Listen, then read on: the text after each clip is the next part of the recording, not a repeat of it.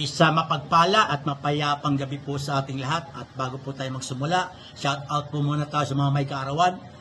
April 5 birthday celebrants, araw ng Sabado, sa mga sumusunod, kay Pablo Bracero Jr., Arnold C. Lazaro, Alexander Lucero, John Mark Perez, Prince Sanji Lacson, ganun din po kay Tito Tablan, Coil Vacations, Sahid Lincuna ng Barangay 702, Dennis Mirano Mirillo, at Joshua Elejea Pidlawan.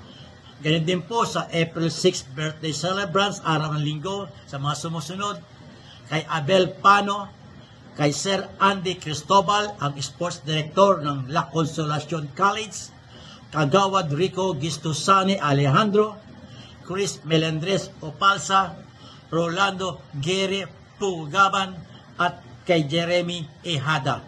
Maligayang kaarawan po sa inyo lahat at naway patuloy kayong kasiyahan ng ating poong may kapal. Ang ating pong tatalakayin sa gabing ito ay ang dalawang senaryo ng OBRI 17-9. Ito pong statement doon. During a throw-in, other players shall not have any part of their bodies over the boundary line before the ball is passed on the court. Ito po, for example, OBRI 17-10.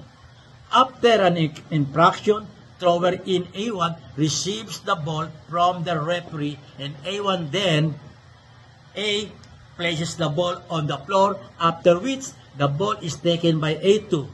And letter B hands the ball to A2 in the out-of-bounds area. Ito po example, ang first example, yung after infraction po to. Yung thrower A1 po, nag-throw in, nakuha ang ball sa referee. Ang ginawa ng A1 ay binaba ang bola at yung A2 ay lumabas sa court at siyang kumuha ng bola. At sa letter B ay ang A1 nag-throw in, hawak niya ang bola, tapos yung A2 lumabas sa court at inanya ang bola doon sa A2. Ano po ang sabi doon ng FIBA? In both cases, this is a violation by A2 for moving the body over the boundary line before A1 passes the ball over the boundary line. So, violation po yon ang ginawa nila. Dadako tayo sa second example.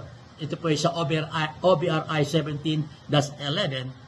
After the timeout on a successful goal or successful last free throw of Team A, thrower in B1 behind the end line receives the ball from the referee.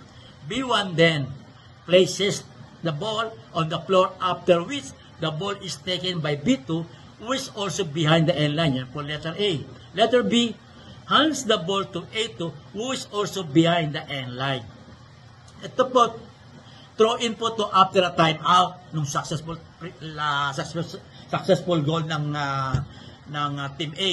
So in B1, hawak niya ang bola, sa out of bounds siya, throw in, ang B2 lumabas at siyang kumuha ng bola.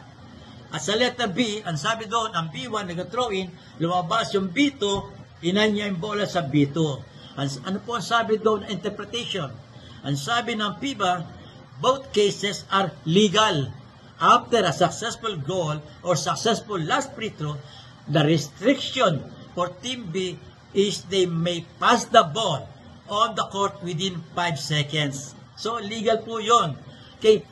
Ngayon po, talakayin po natin ano po ang pagkakaiba ng OBRI example 17-10 at OBRI example 17-11. Ito po yun. So, OBRI example 17-10. During a throw-in, after an infraction, other players shall not move or have any part of their bodies over the boundary line. Okay? Hindi po pwedeng lumabas ang player. Okay? Sa letter A, ang sabi doon, take the ball at the floor. Yung A1 ay yung pong A1 ay ibinaba niya ang bola at ang A2 ay lumabas at kinuha niya ang bola. At sa letter B, yung A1 po, hawak niya ang bola, yung A2 lumabas din at ilan niya ang bola. Violation po yun. Tandaan po natin, yung paglabas ng A2, doon po nagkaroon ng violation.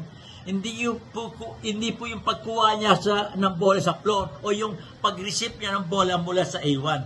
the moment lumabas siya, doon siya nagkaroon ng violation. Okay, dadako tayo sa pagkakaiba ng OBRI example 1711. Number 1, in a throw-in, the throw-in in the end line on a timeout, after a successful goal or successful last free throw, offensive player may move his body over the boundary line.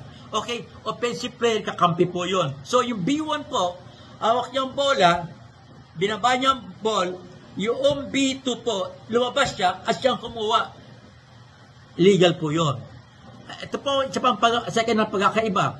The thrower-in player may run along the end line with the ball or may pass the ball between teammates behind the end line, as stated in Article 17.2.10. Yung thrower-in B1 po, pwede po siya tumakbo along the end line. Kaya walang violation.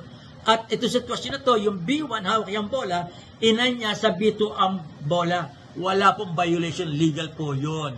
However, dabi doon sa number 3, Team B need to pass the ball inside the court within 5 seconds.